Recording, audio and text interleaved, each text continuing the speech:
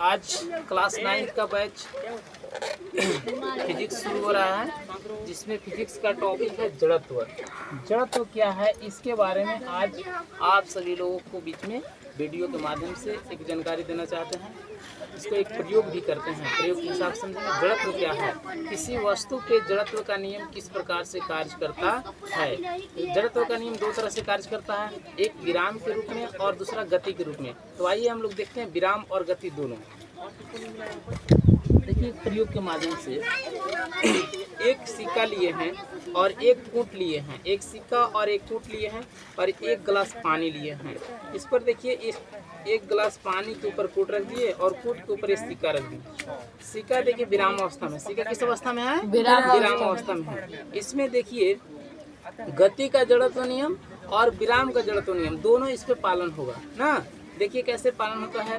गति का जड़त्व नियम, जैसे हम इस कूट पे मारते हैं हाथ से, किस पर मारते हैं, कूट पे, तो कूट किस अवस्था में हो जाता है, गति में। किस अवस्था में हो जाता है, गति में। तो कूट चला जाएगा कहाँ, बाहर। गिलास से कहाँ चला जाएगा, बाहर। और देखते हैं इस पे रखा हुआ क्या, सिक्का, 10 का सिक्का है। एक क्या होता है, ये विराम अवस्था में, किस अवस्था में, विराम अवस्था में। जैसे ही कूट को हम गति में करते हैं, इस कूट पे मारते हैं हम लोग, तो सिक्का किसमें चला जाएगा, पानी में। और ये किसका उदाहरण हो जाएगा, विराम का। किसका उदाहरण होगा, विराम का। इसको हम लोग प्रयोग करके देखते हैं कि रियल में जो सिक्का रखा गया है विराम के जड़त्व का पालन करता है कि नहीं। और इस पर जो कूट हम लोग रखे हैं गिलास के ऊपर, एक कूट गति के जड़त्व का पालन करता है कि नहीं। तो आइए बच्चों, सभी लोग वीडियो देखिए और लाइक कीजिएगा, सब्सक्राइब कीजिए, कमेंट कीजिएगा। कमेंट में कम से कम एक दिल जरूर है दीजिएगा। चलिए सभी लोग रेडी हैं, हाँ सर। शुरू करें।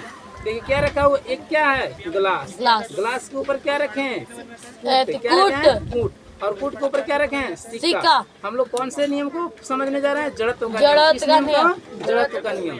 तो देखिए जड़त्व में दो प्रकार के नियम होते हैं, एक विराम पे जड़त्व होता है, एक गति पे। तो देखिए विराम और गति दोनों क्लियर कर रहे हैं प्रयोग के हिसाब से। सभी लोग देख रहे हैं। देखिए कूट पे मारते हैं हम, कूट किस अवस्था में होगा, गति में। कूट किस अवस्था में होगा, गति में। और सिक्का किस अवस्था में, विराम में। विराम में होने के कारण से देखिए क्या होता है स्थिति। देखिए जैसे कूट पे मारे, कूट गति में हुआ, कूट का हो गया, गिलास से बाहर चला गया। और सिक्का विराम अवस्था में होने के कारण से वो गिलास में सिक्का गिर गया। इससे स्पष्ट होता है कि जड़त्व का नियम दो बातों पर निर्भर करता है, एक विराम अवस्था में और गति की अवस्था में निर्भर करता है। ठीक है, यहीं पर हम अपने टॉपिक को समाप्त करते हैं।